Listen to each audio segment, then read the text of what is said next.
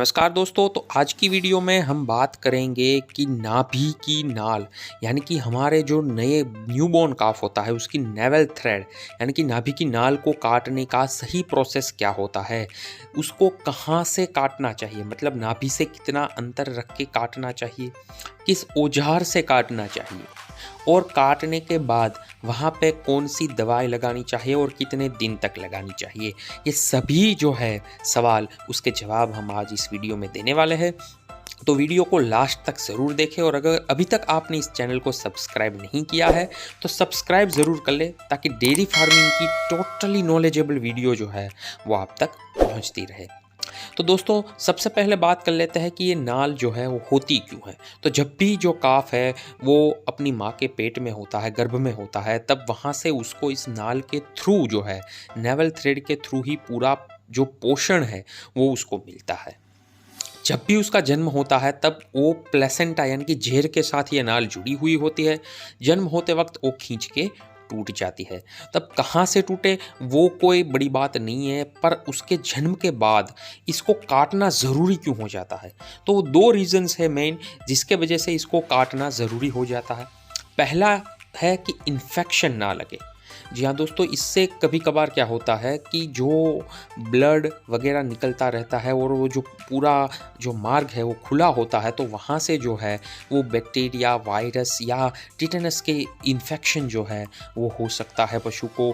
तो इसीलिए उसको काटना ज़रूरी है। भाई इन्फेक्शंस के भी दो तीन प्रकार के अलग अलग इन्फेक्शन होते हैं, जिससे इसमें से एक दो जानलेवा भी है।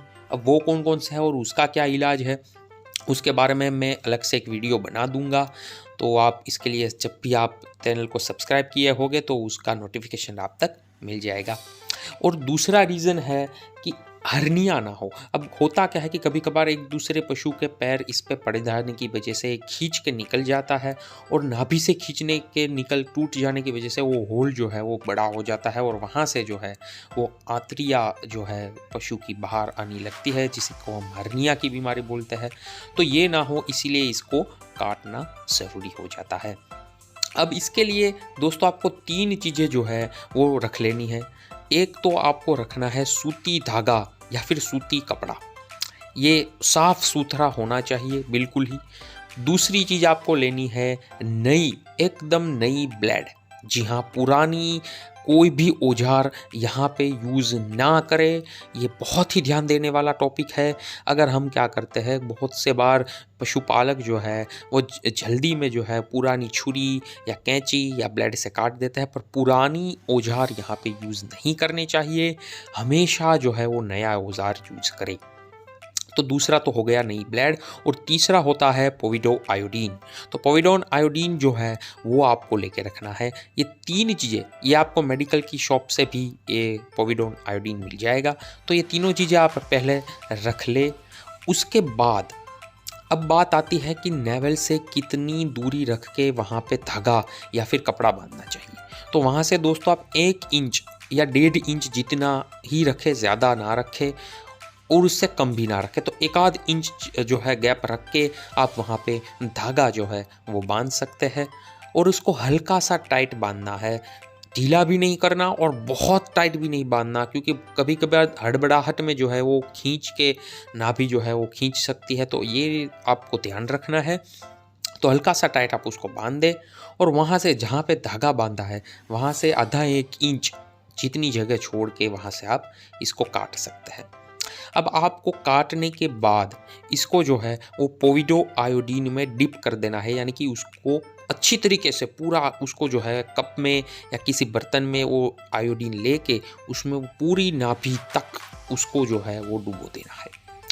तो ये प्रोसेस आपको करना है। अब ये पोविडोन आयोडीन ही क्यों, हम चाहे तो टिंचर आयोडीन भी ले सकते हैं। अब ये दोनों में भी फ़र्क होता है, टिंचर आयोडीन और पोविडोन आयोडीन, ये दोनों में भी दोस्तों फ़र्क होता है। बहुत से लोगों को तो ये भी नहीं पता होता, ऐसे ही वीडियो डाल देते हैं।